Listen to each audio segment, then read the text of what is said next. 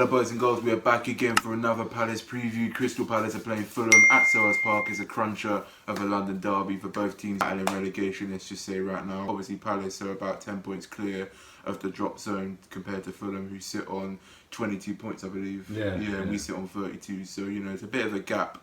The thing is, if we win, that's just going to put Fulham like further adrift overall and that, do you know what I mean? Yeah. It's one of those odd weekends. It's like if we beat Fulham and Newcastle and Brighton win as well, then Fulham are going to find either a drift. Whereas if Fulham win and Newcastle and Brighton lose, they've got more of a chance staying up. Fulham are at the bottom three. And Newcastle are going to go down. Yeah, because they, you know what I mean. So it's one of those weekends. It's like, you know, the problem, the predicament Fulham are in.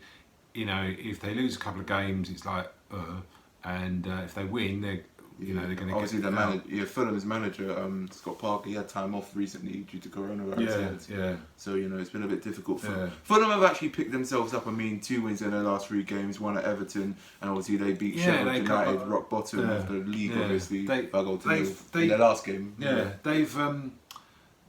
They've learned how to start playing in the Premier League. They've got a young, confident team. Now, whether they've learned too late, we'll find out. But from what I've seen of them, they're lacking a strike. They're looking a goal scorer. I mean, Mitrovic has been out with COVID. He's only recently got back into training with them. But he's never. He's not really a Premiership player. He's not. When Fulham were last up, last time I saw him, he never looked like. He missed that sitter against us the last time we played. Speaking of the last time we did play Fulham, we beat them 2-0 at Selhurst Park. Well, that's the last time at Selhurst Park. The last time we did actually properly play for them was back in October when Reader Rounds Zaha scored them 2 goals to win 2-1 at Craven Cottage. We dominated them. I mean, that Fulham team back then, they were completely different. Really poor defensively, lazy, weren't really giving it 100%, weren't fighting for each other. You look at them now, they're a completely different team. The players have got each other's backs. Fulham, you know, they play some good football, but you know, the last third of the pitch sometimes lets them down a bit. I mean, if they got hold of a decent striker, then. You know, so I was going to say, but going into this game, I see both teams being very organised. It's going to be a real tight one. Yeah, I think you know we're off the bat with that Brighton win.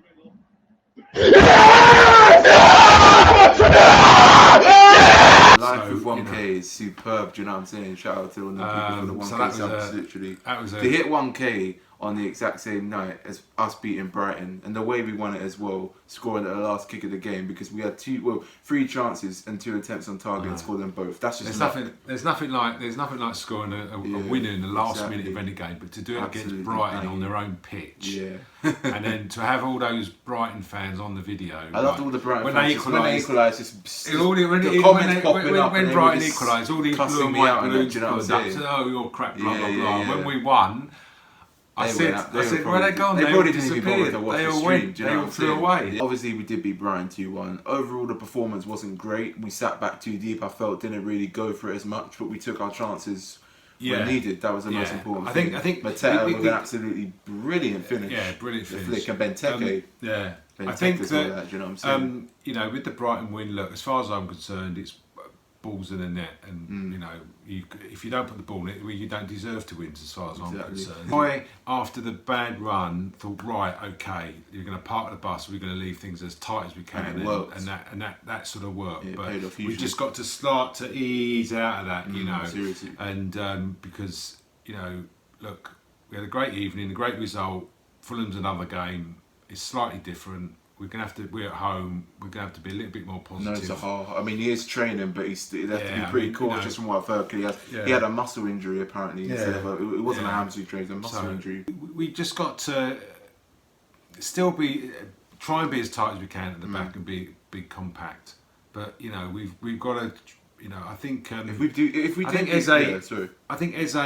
He was poor. He was poor against Brighton, I thought. Didn't do anything. He had one run and still. But then the thing is, you see, the way that we set up, it doesn't suit Eze's play. We don't play with a number 10 role. He plays on the wing, and he's not good on the wing. He's better in as a cam than he is on the wing. I think Eze needs to be able to have that freedom where he can. Yeah, exactly. Because he's not. To be honest, let's be honest with you. He's not, and probably won't be the best defensive.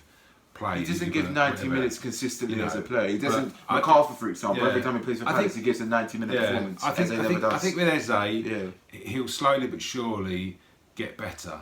And I think it's a one season. It's a big jump from the Championship to the Premiership, and he's got to step up to the plate and show. But we can see what he can do. I mean, you know, obviously. he's got this great balance about him when he plays and when he's run. Sometimes. But yeah, I don't think at the moment we play him in the right role. You know, because you see him going forward sometimes, and I mean, he's not fast, but he's not the quickest player on the pitch, but. The goal he scored against Sheffield United, for example. But the goal against Wolves as well. The dummy he did with the shoulder. Yeah. So we know how he can play. We know what he's capable of, but I think he's going to get better. To be honest, we've still got a few players to come back from injury. Connor Wickham, I don't know how he's still at the club. That doesn't really matter. He's a long lost hero, let's just say, or a long lost soul, as I like to call. Obviously, Jeffrey Schlupp, I want him back in the team. He's got a bit of pace. He is probably going to be back in the next couple of weeks. He has just started training again with the team, which I've heard, so he's pretty good. We just need to really turn up. You know, we've got to watch out for players like Lookman, Loftus-Cheek, and Nia, who's been on a decent run of goal scoring form recently, in my opinion. From what I see of them, I mean, you know, they played exceptionally well at Everton, and then to go to Everton and play them off their own pitch, you got to give them a bit of respect. To be honest with you, I mean, they beat Leicester as well 2-1 away. Their home form's dreadful, beating West Brom and Sheffield United only. But they've got a point off Liverpool at home. You know, they've got it in them. It's not going to be an easy game. It's not going to be like a walk through the park like the Fulham team a couple of years ago. You know, these games are going to come thick and fast. I mean, our position in the league. Look, if we should have 32 points, sorry. It'd have to be a catastrophe at Crystal Palace. I mean, we've got players like Selhurst coming back. Do you know what I mean? So I can't see us getting relegated. I think 38 points is probably going to keep you up. So you know, six more points. But I don't want to. I don't want to look at it like that. Exactly. You know? I want to sort of because to be honest with you, we've got 32 points. And we're the kind of team that would get to 38 points and just switch off. That's the worrying thing. Like last season, prime example. We've got to 32 points, okay, and. We've not. I wouldn't thought we've been playing our best football, to be honest with you. But we've been scoring more goals. I mean, you know, and you just think that if we could, you know, get some players back, be more consistent, really try and push towards the end of the season to do as well as we can, rather than like sitting there thinking, all right, we've got 38 points, laps, let's all go to get to the beach, you know, and that's what frustrates the Palace fans. Is that, you know, this bit where we've done this. Just approach every game as if it was your last, and I mean, if we can get a good result against Fulham, plus players like Sahara yet to come back from injury, they'll be back in a few weeks, and that'll be brilliant. All right, so we're going to be doing the team lineups right now. So in goal, Vicente Gaeta. No question about it. He's been good triple save against Brighton. Definitely made a few others as well. Played every minute this season, like I say.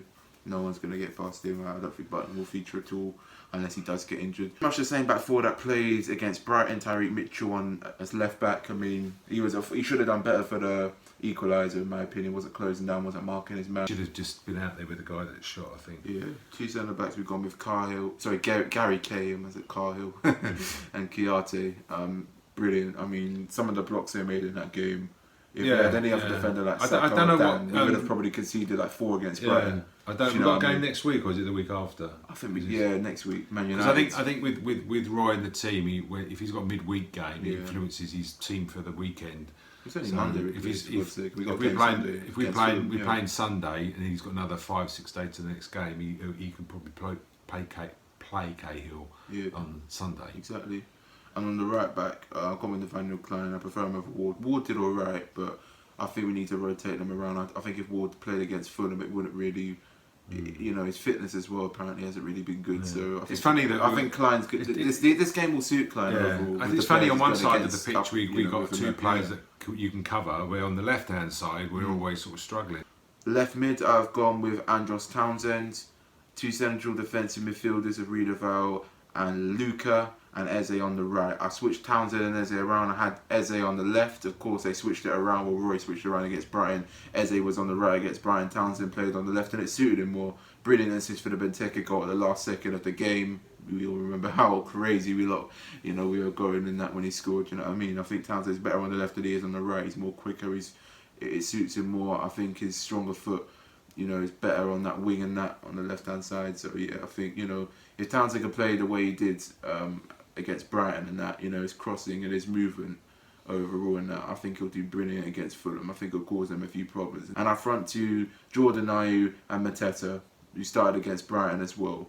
You know, this is the kind of game. And, you know, if it's not really going our way, then bring Benteke on. Why not? We'll see how that goes. Do you know what I'm saying? I know it was one game, but trying to be as realistic as possible for, you know, what kind of lineup Roy's going to go with. I can't see him changing. Like, bringing Batman in, he ain't going to be getting in the team.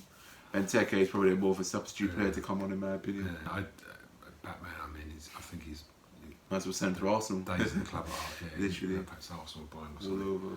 So yeah, fair team lineup. Yeah, I think it's fair. I mean, you know, I just hope that they, you know, we get into this thing where we win one, lose two, win one, lose two. Yeah, it's really inconsistent. It's boring. It gets boring after a while. You know, it really does. So without Sahara or not, no excuses. We beat Brighton. They just need to get themselves together again, and off they go against Fulham. But we are gonna do the predictions for the game. Last but not least, in that, it's a tricky one because we didn't play well against Brighton. We only had 2 attempts on target and scored them both. I mean, Fulham, in my opinion, no difference to Brighton, but their team's very young overall, very active, all together as a unit, more together as a team than I think we are, in my opinion. Yeah. Although for the first time beating Brighton, I could see that the players had each other's backs for some time, personally. I think a 1-0 win for Palace. 1-0 win for some time. I'm going to go 1-1 realistically. I know I always say 1-1, but it's just like, you know, I think Fulham are the kind of team that will score first, and I think we'll equalise, in my opinion. Either Mateta or Eze or Ayew scoring one of the goals, you know what I'm saying? Realistically, that's going to be a fair result. But you know, I mean, both teams, you know, Palace have been on okay form, Fulham have been on some good form, and that, you know, both teams are no difference. You know, we can beat Fulham, and that we've already beaten them in the last 3 visits, you know, home and away in the Prem and that. So yeah, I mean, I think we got it in us to get a point. If we win, that'll be a magnificent result and a big achievement, and we should be safe-ish. But you know, as long as we can get to 38 points, that's when I know we're safe, and we'll be watching Premier League football next season. That's the end of the video, so make sure to like, share, definitely subscribe, click that bell for notifications. Trying to hit 2K by the end of the year and that, you know what I'm saying? Gained like 200 plus subscribers over the last month or two and that. So, you know, we're growing, we're rising and that, you get me. Follow me on my Instagram and my Twitter and my Snap link in the description below. You know the rest. Come on, you Palace. 3 points. Who knows what's going to happen against this game? It's going to be a tight one. Find out. And check out for our live watch along as well from 11:45 PM. Kickoff is at 12. Stay tuned. Eagles in a bit.